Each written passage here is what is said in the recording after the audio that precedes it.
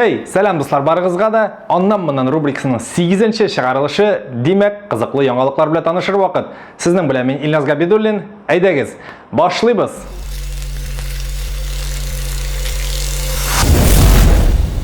Азнакай шәһәрендәге бер мәктәпнең хезмәт укытучысы белән булган хәлләр инде бер кешене дә шитләтеп үтмәгәндер. Дәрес барган вакытта бер аз гына салган укытучыны инде балалар телефонга төшереп ала һәм интернет челтәрләренә кертәләр. Бер яктан карасам, бу бик кызганыч, начар хәл, тик минем уйлавымча укытучының да хәленә керергә кирәк. Тормыш булгач нинди генә хәлләр булмый. Инде бу мәсьәләдә безнең республикабызның Фән һәм мәгариф министрлыгы да үз фикерен әйтте.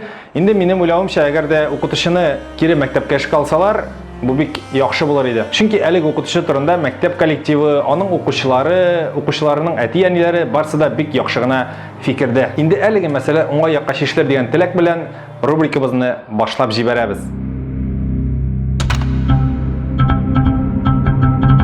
28 февральдә Мәскәүнең бер мунча комплексына Instagram блогер Екатерина Диденко үзенең 29 яшьлеген үткәрергә дусларын җыя. Катя Instagramда витаминнар, дарулар турында сөйләве һәм медицина өлкәсендә киңәшләр бирүе белән танылган блогер. Кызганычка каршы туган көн зур бер афәткә әйләнә. Яшьләр берәм-берәм бассейнга сикерә башлыйлар һәм шул вакыт блогерның ире суга коры боз сала башлый. Нәтиҗәдә суда химик реакция башлана һәм углекислый газ аерылып чыга башлый. Мин үзем дә химиядан алай кеше түгел.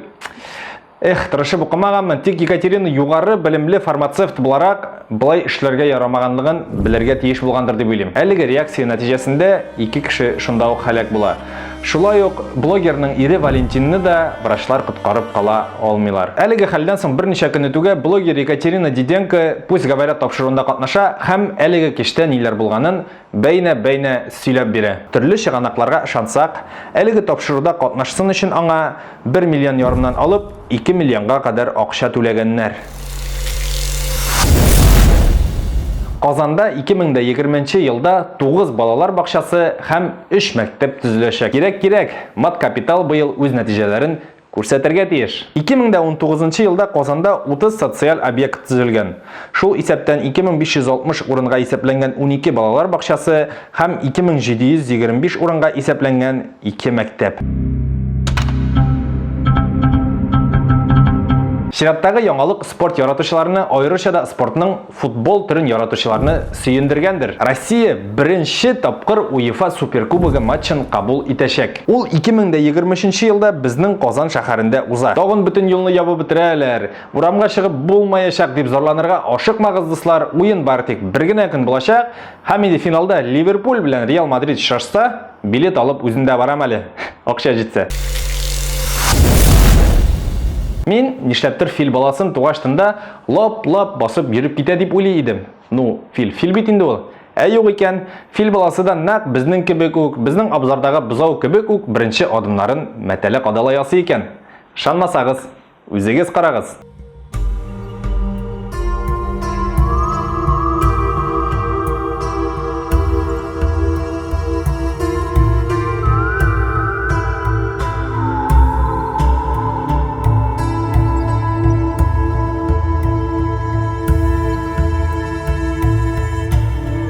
Дуслар, шуның белән безнең аннан-моннан рубрикасының әлеге чыгарылышы тамам. Инде мин сездән көтеп калам минем YouTube каналга язылуыгызны, әлеге видеога лайк куюыгызны, комментарий язуыгызны. Инде дусларыгызга җибәрсәгез, миңа бик тә булышырсыз. Барыгызга да бик зур рәхмәт. Сау булыгыз, киләсе очрашуларга кадәр.